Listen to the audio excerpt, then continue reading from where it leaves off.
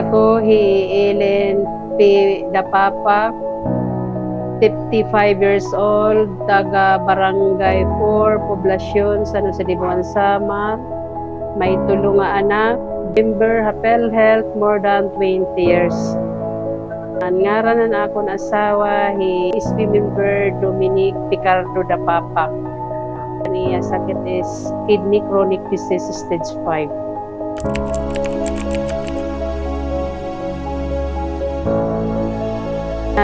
Diskubrihan niya sakit di daha November 2024 kay nagmanas niya nga diha bus.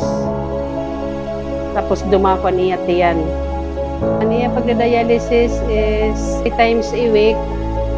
And ginka-cover Sir Hanpel Health per session is 6,350. Una anay aniya agihan at nung iya gininabat na sakit in dumako niya tiil.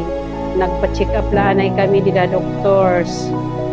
Nagkada kami ha provincial hospital, nagpa-blood chem niya. Pag 100 result 184 aniya creatinine. Nagsaringan niya umangkon nga administrator sa hospital nga angkol kahinahanglan magpa-kadto ka Tacloban.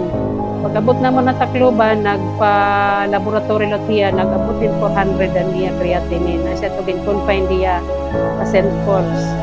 Tapos asya to pag-abot namon ha Shalom, kadto na kami emergency, gingkadto dayon niya ha. Oo, pagbutang na didi.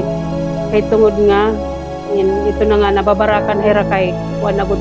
Nag-abot adto dito niya creatinine 900. Namadto nga ginkuan niya. Pagka kinabuwasan, gindara na lot hiya ngadto ha operatong pagbutang na didihan iya tistula.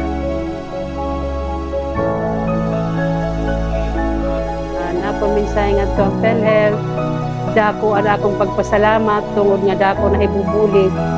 Labi na sugad niya na nga nag dialysis na akong mister. Hapag kaya na waray gud kami gimbabay dag bisang piso.